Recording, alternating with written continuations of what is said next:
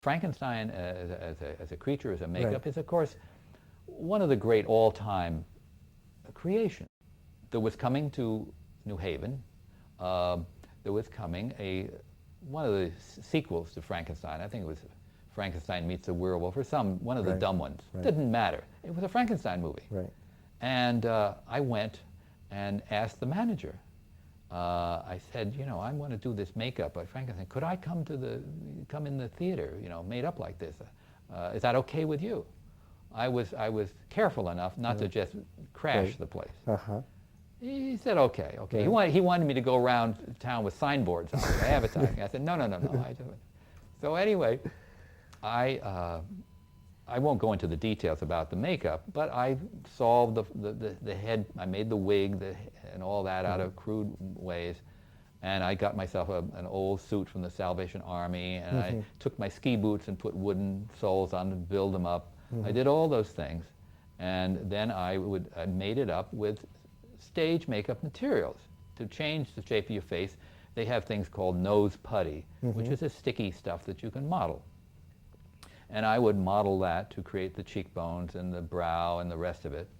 And I did a reasonably good job. As I came in the doors, one of the ushers, a young man, took great delight in ushering me in. He was going to join the party.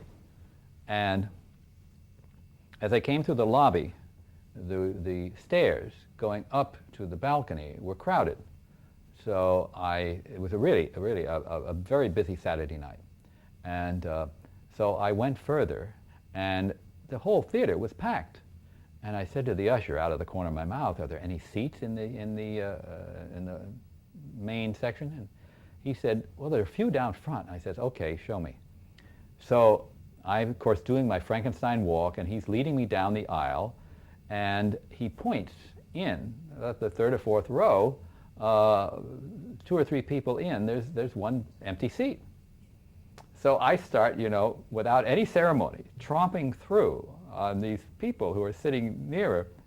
And when I get to the empty seat and I sit myself down, I find that I have somehow, the 2 seats next to me are vacant. The people just disappeared. And so I sit now and watch the movie a little bit. Things calm down around me. No one asked me to take off my head or anything. But finally, someone behind me reaches up and taps me on the shoulder and says, "Can I have your autograph?" And I pay no attention to it, and he taps me again. And I whirl around and give him the Frankenstein snarl. Well, they didn't ask me again. So, of course, it was pointless to sit there for very long. So after a while, I got up without any excuses and tromped out and up the aisle again. Someone had taken a photograph of me, one of the Yale guys, and it appeared in the Yale News the next day with a little article about they called me the Brantford Terror because I lived in Brantford College. But that was one of the things that was really fun about the escapades that I had was that I was like the Scarlet Pimpernel, I was unknown. And they didn't print my name in the articles. First they had an article about Campus Mr. Hyde, and then there's Frankenstein.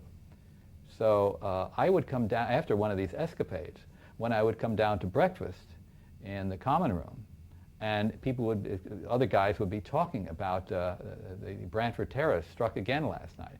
And I would join the crowd, and they would never suspect it was me. So that was fun. But anyway, the Frankenstein thing, I don't know. There were, I went up to the balcony and walked across the main aisle which crisscrossed the balcony. And you could hear the oohs and exclamations as I moved across this big balcony. And I could even, looking forward, I could see the heads of people down in the orchestra turned up towards the balcony. I know what the hell was going on up there. So that was my brief excursion. I went out, joined friends, and went and hid in empty store doorways.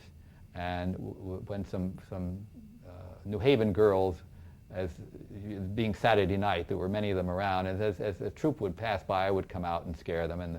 and it was a general romp, and that was my little Frankenstein trip.